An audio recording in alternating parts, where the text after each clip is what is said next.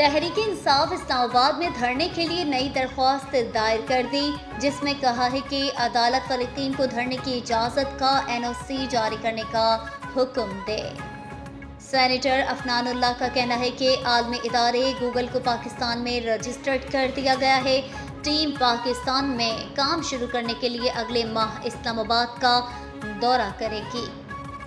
इमरान खान की 40,000 से ज़ायद कारकुनों के लिए खैमा बस्ती तैयार करने की हिदायत। इंग्लैंड के टेस्ट कप्तान बेन स्टोक्स दिसंबर में पाकिस्तान के खिलाफ अहम टेस्ट सीरीज के लिए तैयार हैं।